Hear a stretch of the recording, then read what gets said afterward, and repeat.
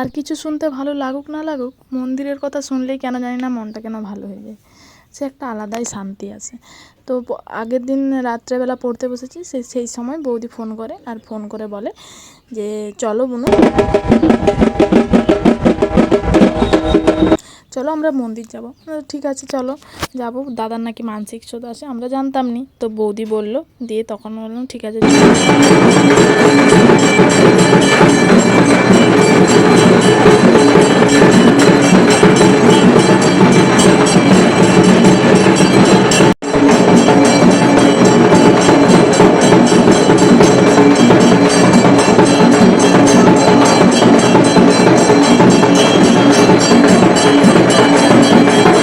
দিয়ে সেই রাত থেকে শুরু হয়েছে, কখন যাব সেই মন্দিরে, কখন দেখবো মাকে, কখন সেই মন্দিরে উপস্থিত হবো, শুধু এটাই মনে হচ্ছে। ঠিক আছে, সে কখন সেই সময়টা কাটবে শুধু সেই অপেক্ষায় আমি বসেছিলাম।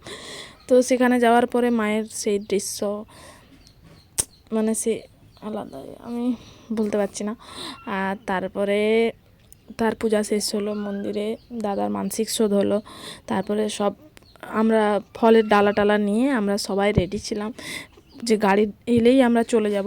তারপরে আমাদের গাড়ি আসতে একটু লেট করছিল, একটু মেদিনীপুরের বুকে তো ভেতরে গাড়ি দাঁড় করাতে দেয় না। তারপরে গাড়ি আসে আর আমরা সবাই মিলে বাড়ি আসি।